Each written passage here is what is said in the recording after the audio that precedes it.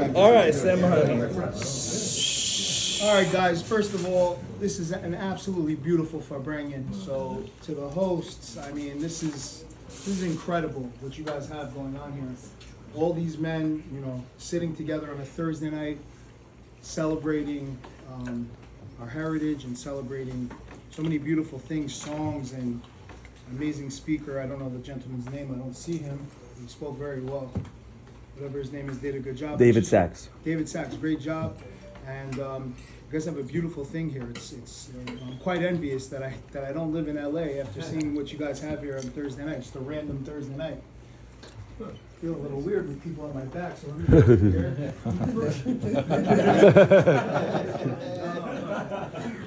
So I was asked last minute to share a personal story of mine that, to be honest with you, I myself, this story happened to me 9 years ago, and I still to this day cannot believe that it's true, and I've been asked to repeat it many, many times. But if anybody can gain anything out of it tonight, I hope maybe a couple of you guys can gain something and get a little chizuk from a story that happened to me directly. Tzvi kind of sandbagged me. I was not prepared to speak at all. I was asked literally 5 minutes ago, and so if my story doesn't come out as well as you would like to hear it, I apologize in advance. I am, if any of you guys know Tzvi Haber, then you know some of his story.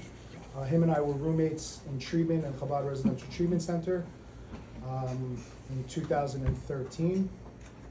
So May would make it 10 years of continuous sobriety for me. No drinking, no drugging, and I owe all that to God without a question. So the reason why I bring up Chabad, a residential treatment center, is because that's where this story begins. So when I went to Chabad, there was a choice every morning, part of the program. At 7 in the morning, you can either go to group and sit with like a process and talk about therapy and all that, or you can go to shul. So although I grew up in a religious home, I wasn't going to shul at 7 in the morning in a rehab. Really wasn't something that I wanted to do, but Tzvi actually twisted my arm then. He's like, "Oh, come to shul, your boys are there in the morning." So I was like, "All right, you know what, I'll go." I started going. I didn't even own a pair of tefillin at that point. I had lost my tefillin years before. But I started going to the shul over there, and I would sit down and borrow the shul's the treatment center's tefillin, and I wouldn't daven with everybody else. I would just say Tehillim. One day I picked up the Tehillim and I started reading it in English, and I was like, "Yo, this is crazy!" Like I'm reading the Yom, and I'm like, "This is my life." Like I'm reading it, and it really clicked in with me, and it started a ritual for me that every day I started saying Yom of the Tehillim. So I'm in the treatment center, and 6 months, pretty much every single day, I start saying Yom. Somebody who wasn't saying anything at all to doing Yom of Tehillim every day, it was a big commitment, but it gave me so much. I gained so much off it. Part of my story, and I'll try to cut this thing close because I have a flight in an hour and a half, so I got to run. But part of my story was also, I was in a treatment center to find freedom from drug addiction. But there's a lot of consequences that come with drug addictions, I'm sure you guys understand. And one of my consequences was that at the time I was fighting a pretty large case in New York City for a distribution charge. And I wound up pleading guilty. After, I was coming back and forth from New York to LA every single month. I took a plea, and I go and I have to do my time in city in Rikers Island. So I get into Rikers Island, and I was in something called GSR, which is Gang Segregated Division, which I still don't understand this day how I got classified as a gang member, but I did. I was not a gang member, but I was in a gang member house, and it was what it was. So to try to make things go a little quicker, the day that I got there, or 2 days in, I'm in there. I go up to the COs, to the bubble, and I asked one of the correction officers. I said, I'm looking to pray. I'm looking to go. When are Jewish services? So the guy looks back at me and he's like, "What are you talking about? Jewish services?" Like nobody's ever asked us that question. And in my head, I'm like, "This is New York City, but whatever." So the guy's like, I don't know. Let me get back to you. They don't get back to me. The next day I go back again. I'm like, I don't understand. I see these Muslims leaving the house 4 or 5 times a day. I see the Christians getting to go out throughout the week. You know, I should be able to have Jewish services somewhere. It's possible. So the guy comes back to me and he's like, oh, as a matter of fact, I found out Jewish services are on Wednesday at 1 p.m. That's a really strange time, but all right, no problem, I'll go. So I go to Jewish services, and it was like an older gentleman who was a chaplain, and he'd be speaking, and it was, you know, a little bit boring, to be honest with you, but when he gets done speaking, I come up to him and I says, is there any way, Rabbi, that you can get me out of my house, you know, where I was living, to put on tefillin every day? He said, you put on tefillin every day at home. So I start giving him, I like to talk, and I was like, well, I just started putting on my tefillin when I was in treatment in LA, but I don't own a pair of tefillin or whatever it is. He's like, no, I can't make an exception unless you put on every day. And I'm like, it's kind of strange again. I'm like, all right, no problem. I'm like, do you carry, can I get a tefillin? Because I say tefillin every day. He's like, I don't carry books. So obviously I was pretty pissed, you know. I'm like, what's the point? Like, what's the point? Like, what are you doing here? If you're a chaplain, you can't get me to put on tefillin. You can't give me a tefillin. No problem. I'm not sure if it was 2 days or 3 days after that. As I mentioned, I was in the gang segregation housing. So in the house next door, there was 2 gang members had locked a female CO into the day room, and they beat her so bad that her eyeball came out of her head, and they cracked her whole skull open. So needless to say, when something like that happens, the correctional officers, they just shake everybody up. Like they're on like high alert. They bring heat to every house.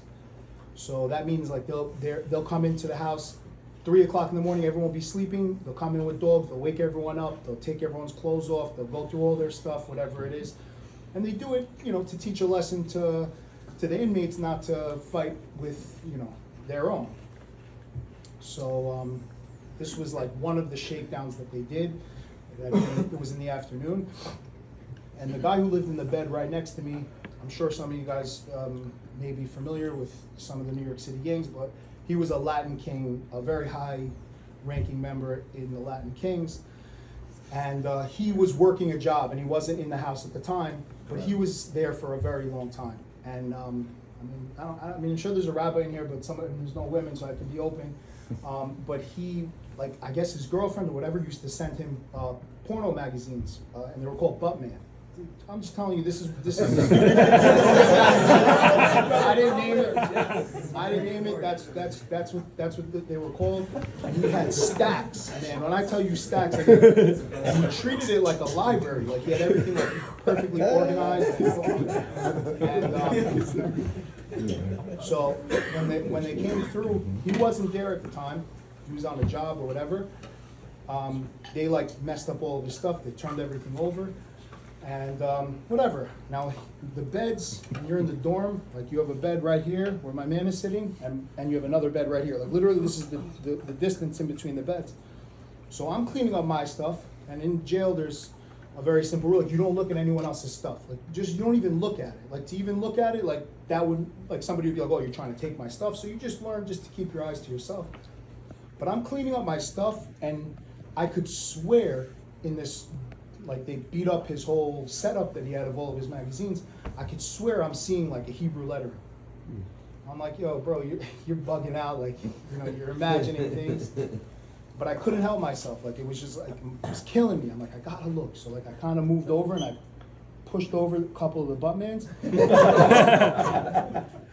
Sure enough, man, I found a Tehillim. Right next to me, dude, yeah. Right next to me at Tehillim. I still have it in my truck in New York, in my truck. It stays with me, never, you know, I haven't taken it with me, but whenever I'm together. And I couldn't even believe it. I'm like, this is impossible. Why would this Latin king have a Tehillim? And like, I mean, even if you knew what a Tehillim is, why would he stick it in a pile of Buttmans? Like, the whole thing just didn't even make sense to me. And fine. So the guy comes back, and I says to him, I was like, listen, man, I wasn't looking at your stuff, but like my bed is right here, and I'm cleaning up, and I could swear that I saw that you have a Hebrew book in this stack of magazines over here. He's like, what are you talking about? I'm like, look right here. And like I move it up. He's like, oh yeah, this. He's like, I don't even know how I got it. He's like, I just kept it because there's a camouflage cover on it, and I thought the Hebrew lettering looked cool. He's like, I know you're Jewish, so you can have it. And he handed it to me. I was just telling the rabbi actually outside. What's even crazier to me is that it was the same exact Tehillim that I used in Chabad, Al Yosef Yitzchak, except it just had a camouflage cover. And at the time, I didn't know what Aleph Institute was, but it was from Aleph. And if any of you guys, any of the Chabad guys in here know, I spent time with Mendy Katz and Aaron Lipsker, and they were laughing so hard when I told them the story, because they're like, we remember exactly when we sent out that print of Tehillim. So, I mean, if I would have been sitting where you guys are sitting and somebody would have said this story to me, I probably wouldn't have believed it. But the truth of the matter is that, you know, this happened to me, and this is something that I know that there's no way that anyone can possibly tell me that God doesn't exist. And not only that God doesn't exist, but that God doesn't love me so truly. And he's involved in every movement of my life. So if that story can do anything for you guys, believe me as I stand here today, that he loves you the same way he loves me. I'm no better than any of you guys sitting here, probably worse than a lot of you guys sitting here, but he loves me so dearly. So if that gave any of you guys anything, you know, that's all I got.